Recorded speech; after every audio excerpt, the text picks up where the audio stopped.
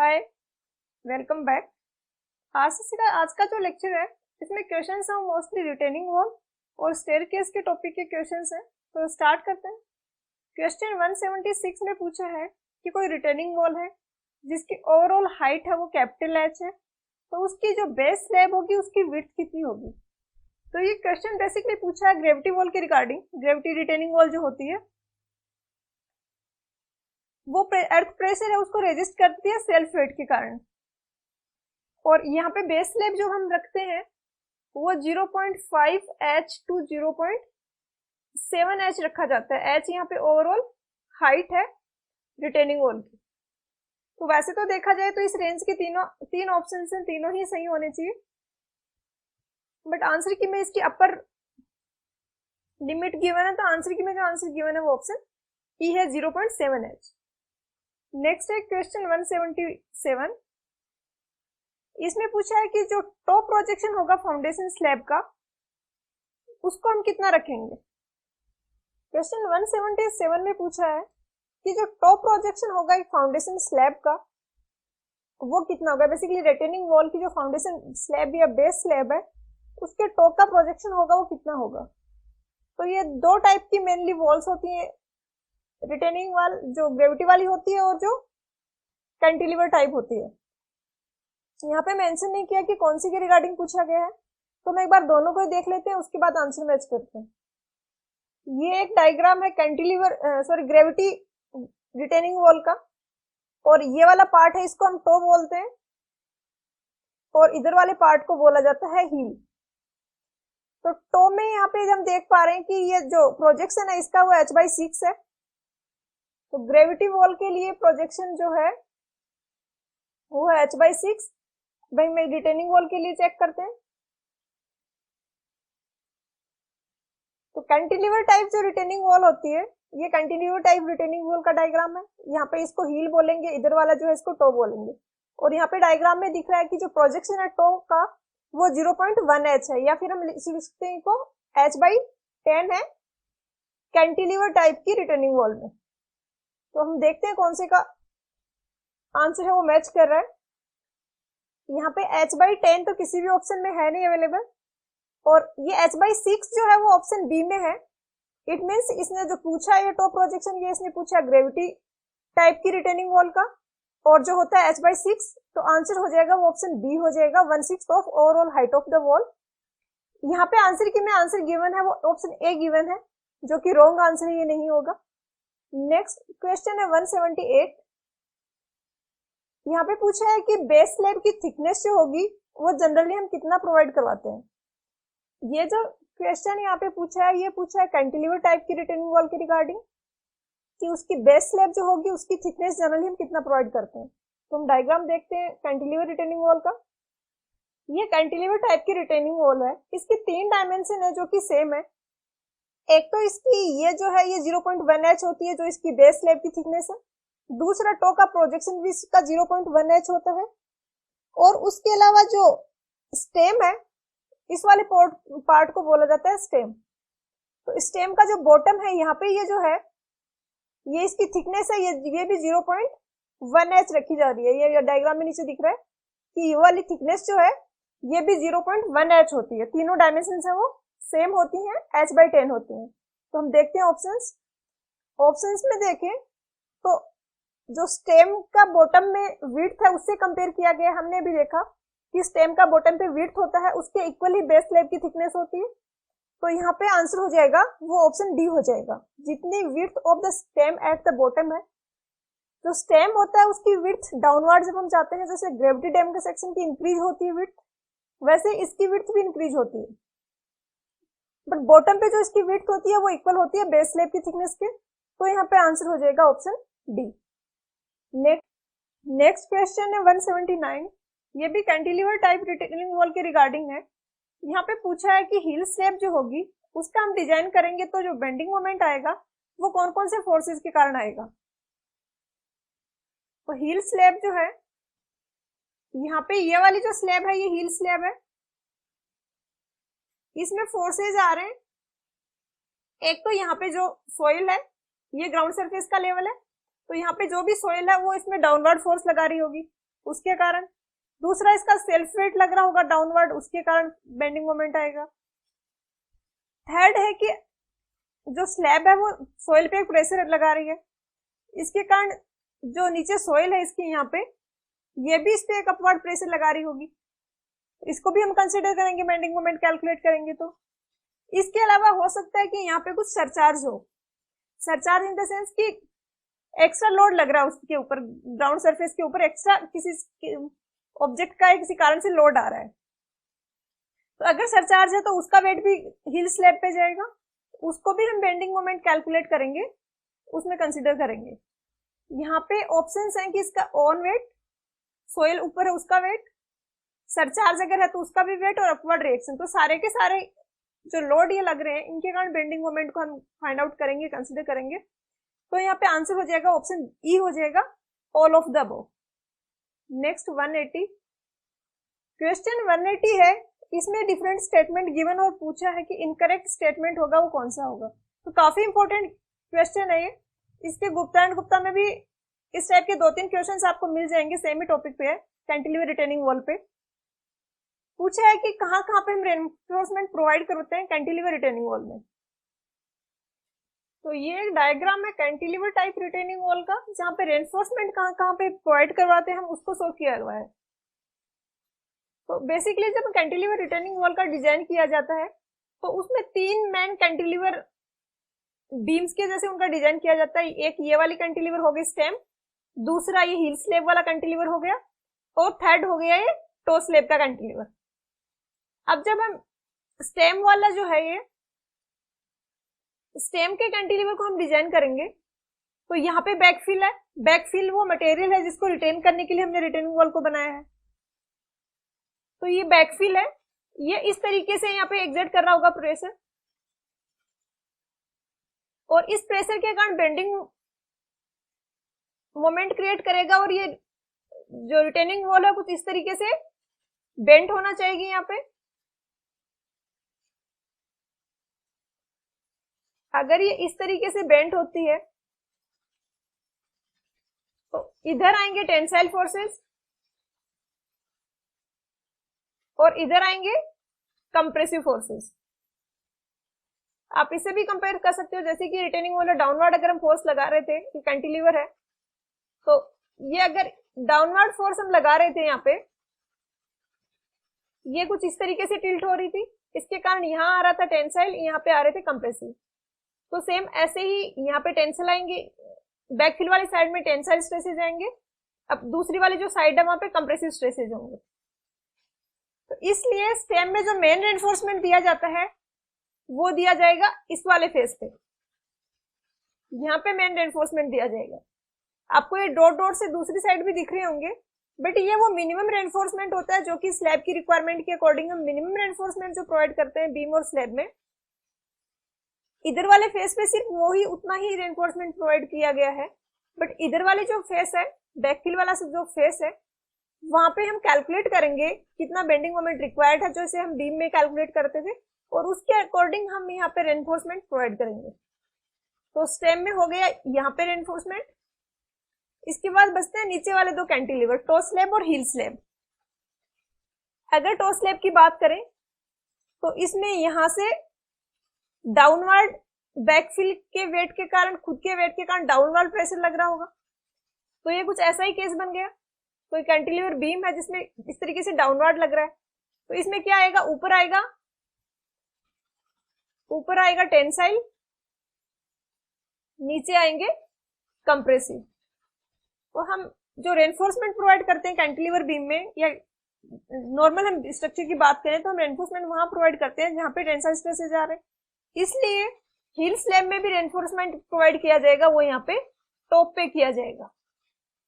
अब अगर to slab की बात करें, ये टो स्लैब है, ये कनेक्टेड है पूरा, तो नीचे की से प्रेशर लग रहा है।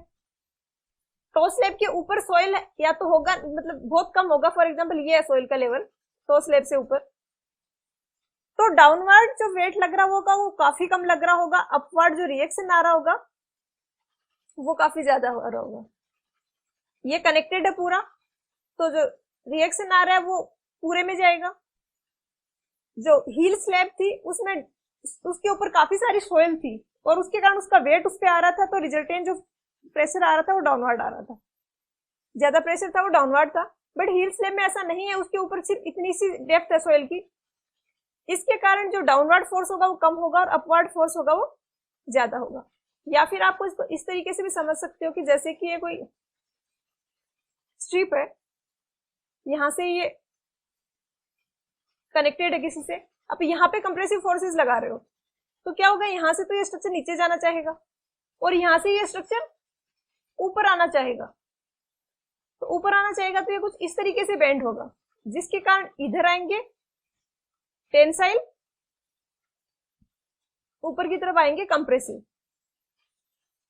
तो इसके कारण जो हील स्लैब है, सॉरी टो स्लैब है, उसमें रेनफोर्समेंट प्रोवाइड किया जाता है इधर डाउन बॉटम जो है उस पे प्रोवाइड किया जाता है। तो ये तीनों स्टेटमेंट है क्वेश्चन में कि तीनों का रेनफोर्समेंट पूछा गया है। तो हम देखते हैं अब कौन सा है वो इनकरेक्ट है। यहाँ पे ए में बोला है कि स्टेम में जो रिटेनिंग वॉल है, स्टेम का है जो रिटेनिंग वॉल का, उसमें रेनफोर्समेंट प्रोवाइड करवाएंगे, वो करवाएंगे नियर द अर्थ साइड, मतलब बैकफिल जिस साइड सी उसी साइड हम रेनफोर्समेंट प्रोवाइड करवाएंगे। नेक्स्ट है बी, टो स्लैब में जो रेनफोर्समेंट होगा वो बॉटम पे होगा, ये भी सही है। सी में बोला है कि हील स्लैब में जो रेनफोर्समेंट होगा वो टॉप पे होगा। तो सारे के सारे स्टेटमेंट यहाँ पे सही है, तो आंसर हो जाएगा option D, none of these statements are incorrect, सारे के सारे वो करेक्ट है। नेक्स्ट क्वेश्चन है 181। यहाँ पे गिवन है कि कोई रिटेनिंग वॉल है, उसका factor of safety against sliding आ रहा है वो 1.5 से कम है। रिटेनिंग वॉल स्लाइडिंग में सेफ हो, इसके लिए factor of safety as per code given है 1.5 या उससे ज्यादा होना चाहिए। अगर कम है तो यहाँ पे गिवन है कि स्लैब का एक पोर्शन हम डाउनवर्ड कंस्ट्रक्ट कर देते हैं हील स्लैब के एंड पे, तो इसको हम क्या बोलते हैं?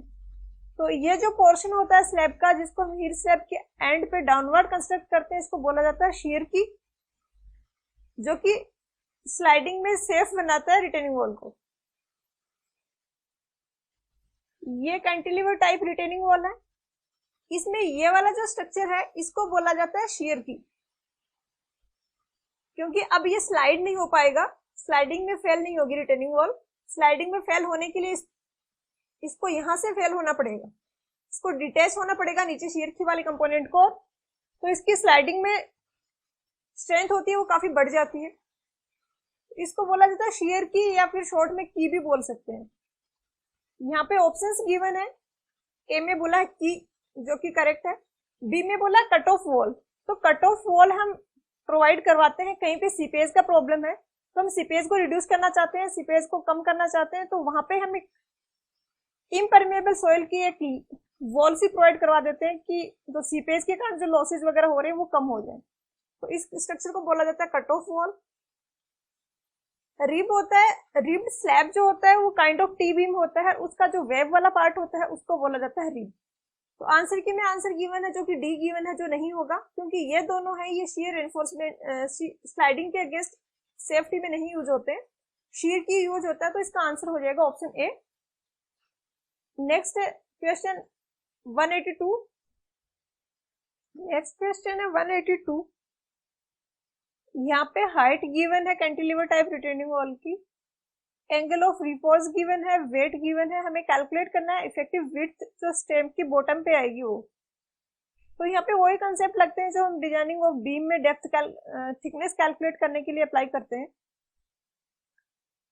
वर्किंग स्ट्रेस मेथड से अगर हम डिजाइन करें तो एम इक्वल होता है क्यू बी डी स्क्वायर, और यहां से इस फॉर्मूले से डी आ जाता है M upon Q into B का रूट। बी यहाँ पे हम ले लेते हैं 1 मीटर, तो ये 1000 हो जाएगा। क्यू जो होता है ये होता है 1/2 into half c j into k. K होता है ये होता है m plus t plus m c. J होता है ये 1 - k/3 होता है। अब यहाँ पे सबसे पहले हमें पता होना चाहिए कि कौन सी हम स्टील यूज कर रहे हैं और कौन सी कंक्रीट यूज कर रहे हैं। जो सबसे ज्यादा फ्रीक्वेंट कॉम्बिनेशन यूज होता है वो होता है Fe415 और M20 का। तो इस कॉम्बिनेशन के लिए मैं सॉल्व करके आपको बता देती हूँ कि प्रोसीजर क्या रहता है इसका। आंसर है वो कोई सा भी मैच नहीं कर रहा है यहाँ पे, जो इस मेथड से हम आंसर फाइंड आउट कर रहे हैं उसमें।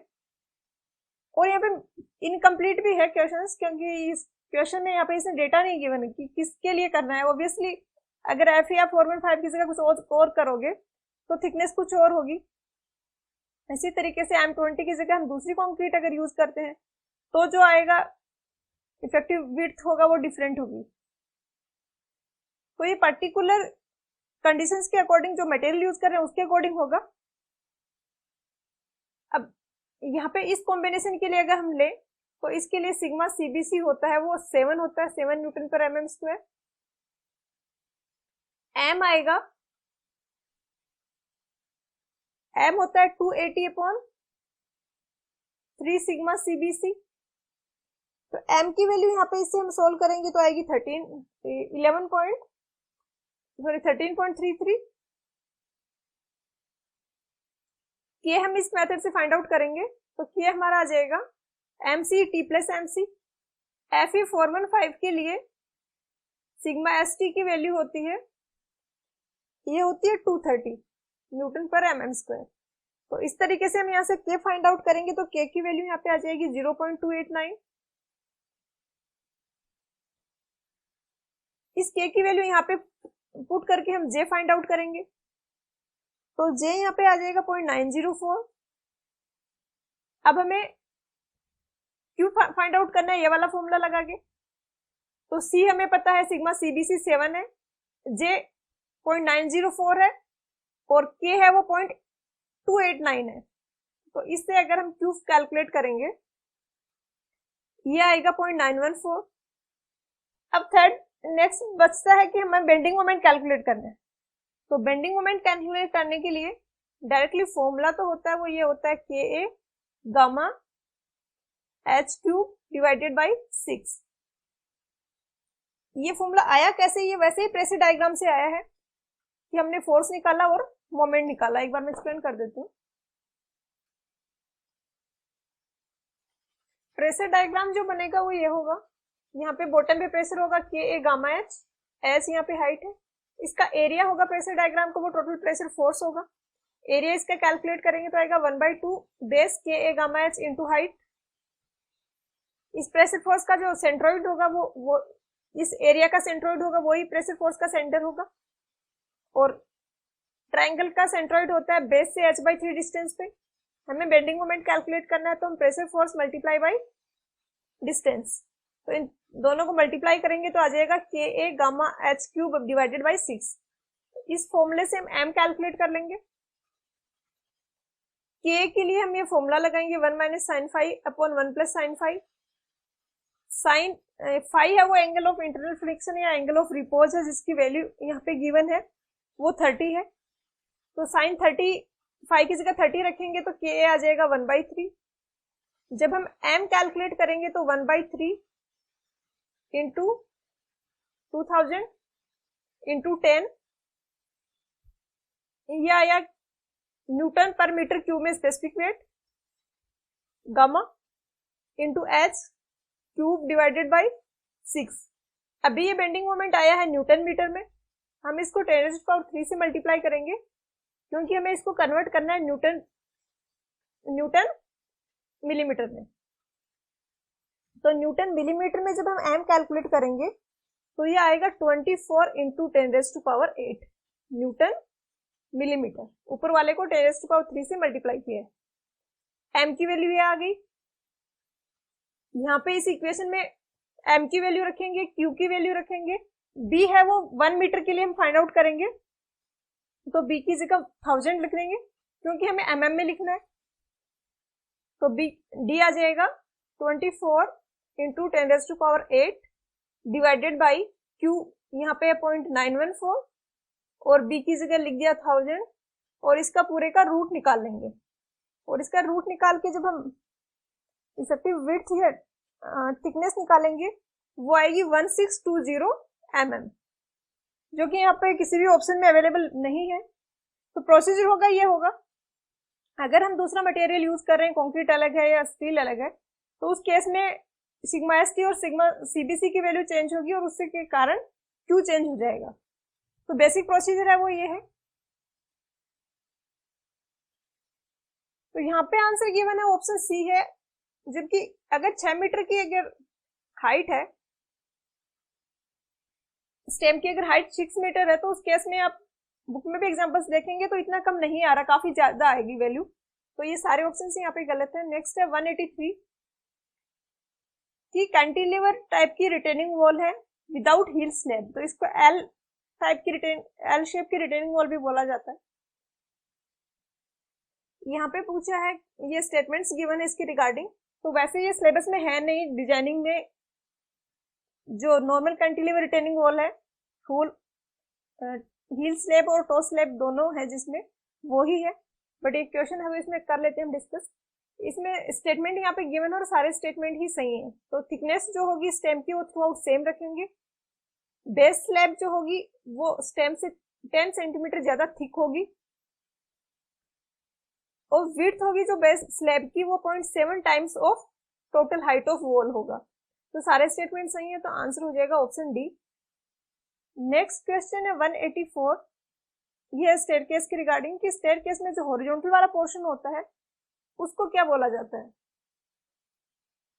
ये एक डायग्राम है स्टेयरकेस का, इसमें जैसे कि दिख रहा है ये ट्रेड है, ये जो हॉरिजॉन्टल वाला पोर्शन है इसको बोला जाता है ट्रेड, और जो वर्टिकल वाला ये डायमेंशन है इसको बोला जाता है राइज या राइजर।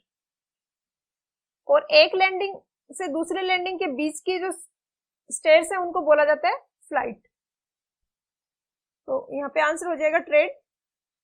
तो 184 का आंसर हो जाएगा ऑप्शन डी, हॉरिजॉन्टल पोर्शन का पूछा है तो ट्रेड हो जाएगा। नेक्स्ट क्वेश्चन 185 में पूछा है कि कौन सी स्टेयरकेस है जो कि कंफर्टेबल टाइप होंगी।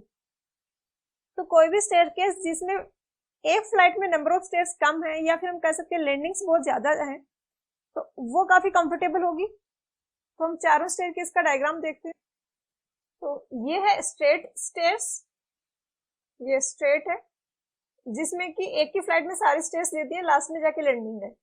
दूसरा क्वार्टर टर्न, ये ऑप्शन में नहीं है।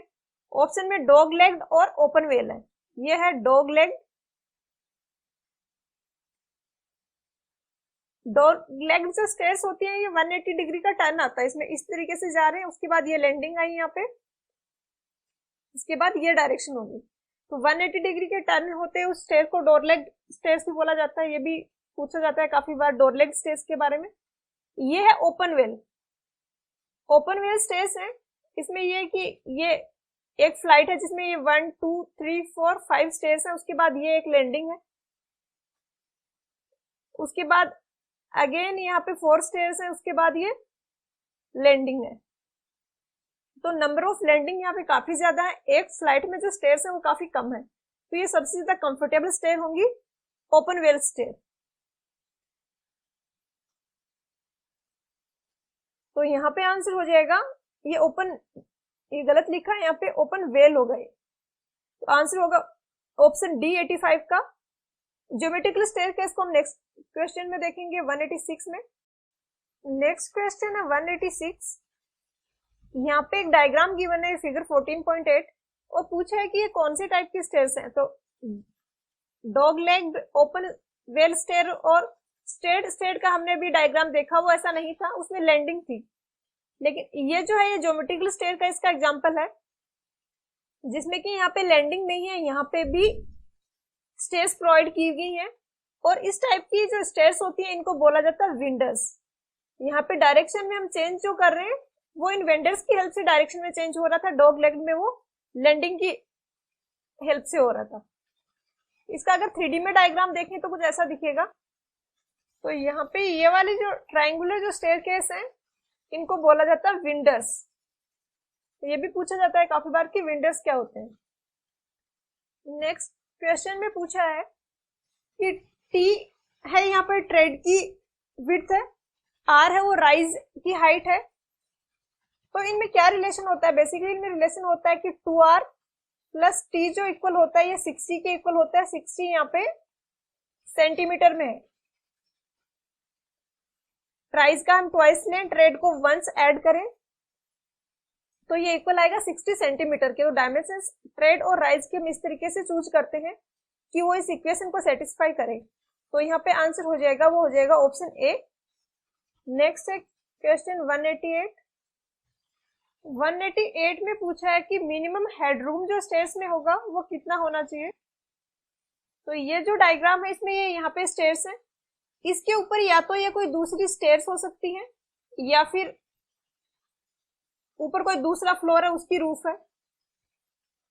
इस केस में इनके बीच की जो डिस्टेंस है, ये क्लियर डिस्टेंस इन दोनों के बीच की, वो मिनिमम होनी चाहिए 2.1 टू 2.3 मीटर। और ये डिसाइड होती है इस बेसिस पे कि यहाँ से जो टॉलेस्ट मैन है जिसकी हाइट काफी ज्यादा है वो अपने सर पे कुछ लगेज लेके भी फ्रीली इजीली ट्रेवल कर सके, कुछ प्रॉब्लम ना आए। इस बेसिस पे ये सेलेक्ट की जाती है हेडरूम की हाइट, और इसको बोला जाता है, स्पेस को बोला जाता है हेडरूम। ऊपर वाला जो फ्लोर है और स्टेज पे जो है ये स्टेज, इन दोनों के बीच की जो क्लियर डिस्टेंस है वो इतनी होनी चाहिए। तो जो गिवन है वो 2.1 टू 2.3 मीटर है। क्वेश्चन में जो पूछा है वो मिनिमम पूछा है, तो मिनिमम पूछा तो हो जाएगा 2.1 मीटर, या फिर सेंटीमीटर में इसको लिखेंगे तो 210 सेंटीमीटर। तो आंसर हो जाएगा ऑप्शन सी। नेक्स्ट है क्वेश्चन 189।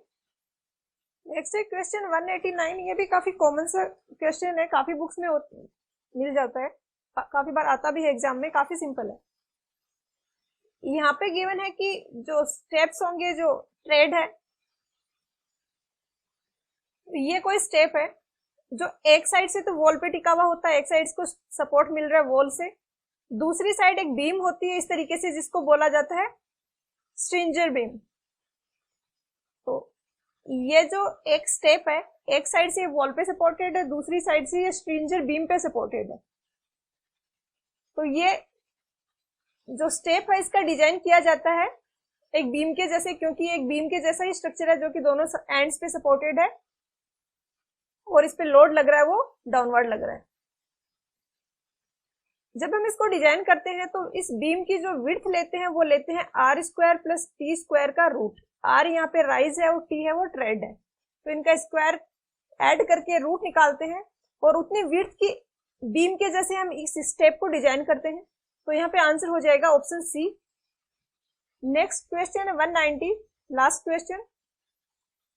यहाँ पे पूछा है कि जो स्टेयर्स जो स्पैनिंग हॉरिजॉन्टली हैं, जैसे कि इस तरीके से हैं, एक स्टेयर है उसके बाद ऊपर दूसरी स्टेयर हॉरिजॉन्टल है, तो मिनिमम वेस्ट जो प्रोवाइड किया जाता है वो कितना होता है। तो एक बार डायग्राम में देखते हैं कौन सी डायमेंशन की बात कर रहे हैं। ये स्टेयरकेस का डायग्राम है, ये वेस्ट स्लैब थिकनेस यहाँ पे शो की हुई। ये वाली जो थिकनेस है, ये वाली थिकनेस, इसको बोला जाता है वेस्ट स्लैब थिकनेस, ये वाली थिकनेस। तो इसका जो होती है मिनिमम होनी चाहिए 8 सेंटीमीटर। क्वेश्चन में जो पूछा है यही पूछा है मिनिमम वेस्ट प्रोवाइडेड, तो आंसर हो जाएगा सी 8 सेंटीमीटर। इसका आंसर के में आंसर गिवन है वो 12 सेंटीमीटर है, जो कि गलत है। और इस टाइप के क्वेश्चन जिनका आंसर गलत है उनका आप साथ के साथ रेफरेंस भी नोट कर लीजिए, क्योंकि हो सकता है क्वेश्चन एग्जाम में पूछा जाए और वहां पे ऑब्जेक्शन फाइल करने के लिए आपको रेफरेंस की रिक्वायरमेंट होगी। तो ये गिवन है, बिल्डिंग कंस्ट्रक्शन की बुक है बीसी पूनमिया की, उसमें ये क्लियरली मेंशन किया गया है कि हॉरिजॉन्टली स्पैनिंग जो स्टेयर्स हैं उनके लिए मिनिमम वेस्ट प्रोवाइड होता है वो 8 सेंटीमीटर होता है। तो आंसर होगा ऑप्शन सी। आंसर की में करेक्ट करना है आपने, ई नहीं होगा। तो आज के लेक्चर वीडियो को करते हैं यहीं पे एंड, मिलते हैं नेक्स्ट वीडियो में।